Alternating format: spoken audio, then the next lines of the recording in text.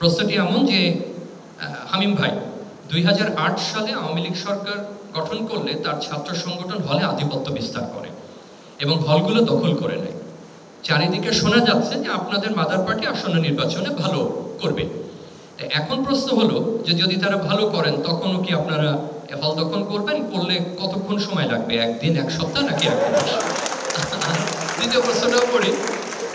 দ্বিতীয় প্রশ্নটা একটু আমরা হাতে লেখা পুরো বুঝছি না, কিন্তু বিষয়টি এরকম যে আপনি অনেক সময় দলের বিপক্ষে কথা বলেছেন। আপনার দল বলতে উনি যে আদর্শের সেই অর্থে বোঝানো হয়েছে। আপনি দৃঢ় অবস্থান নিয়েছেন এবং হামিম আপনার বোধহয় একটা সংগঠন আছে যেটা ক্যাম্পাস ভিত্তিক।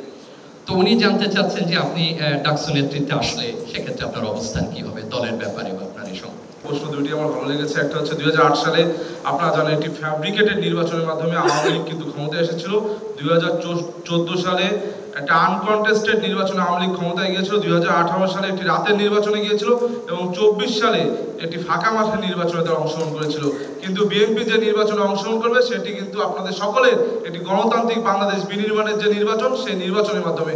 সুতরাং আমরা যখন ফ্যাসিবাদকে দেখেছি, স্বৈরাচারকে দেখেছি যে ভোট চুরির মাধ্যমে, 2 নম্বরের মাধ্যমে ক্ষমতায় গেছে, সেখান থেকে তাদের ছাত্র সংগঠন কিন্তু এই ধরনের ক্ষমতাসীন বা আধিপত্যের রাজনীতি বিরাজমান দেখেছে, আপনারা দেখেছেন। কিন্তু আমরা বিশ্বাস রাখি, আপনারা দেখবেন 2001 থেকে 6 কিন্তু বিএনপি যখন রাষ্ট্রীয় ক্ষমতায় ছিল, এই টিএসসিতে সঞ্জীব চট্টোপাধ্যায়, সে কিন্তু সঞ্জীব চৌধুরী, সে বিভিন্ন গানের আয়োজন করতো টিএসসিতে, বিভিন্ন ব্যঙ্গাত্মক কনসার্টও করেছে তৎকালীন সময় প্রধানমন্ত্রী এবং তার সন্তানকে নিয়ে। কিন্তু সেই সময় তো ছাত্রদল আপনার এই ক্যাম্পাসে ছিল, তারা কিন্তু কোনো প্রতিবাদ করেনি, বরং প্রত্যেকের বাক স্বাধীনতাকে তারা প্রাধান্য দিয়েছে। সুতরাং আমাদের যেহেতু ঐতিহাসিকভাবে বাক স্বাধীনতাকে আমরা প্রাধান্য দিই, সুতরাং আমাদের দল, আমাদের যে দলের সহযোগী সংগঠন বাংলাদেশ জাতীয়তাবাদী দল বিএনপি, তারা যদি ক্ষমতায় যায়, বরং আমরা আরো বেশি দায়িত্বশীলতার পরিচয় দেব। আরেকটা বিষয় হচ্ছে, আপনি বলেছেন যে আমি আমার দলের বিপক্ষে, আসলে দলের বিপক্ষে বলি না, দলের আদর্শের বিপক্ষেও বলি না। কিন্তু আপনারা দেখেছেন যে আমি রিসেন্ট একটি প্রতিবাদ করেছি, সেটির প্রেক্ষিতে হয়তো আপনারা বলেছেন যে আমাদের দলের একজন নেতা ফজলুর রহমান, যিনি আগে আওয়ামী লীগ ছিল, আমি বলেছি ওয়ান্স আওয়ামী লীগ অলওয়েজ আওয়ামী লীগ।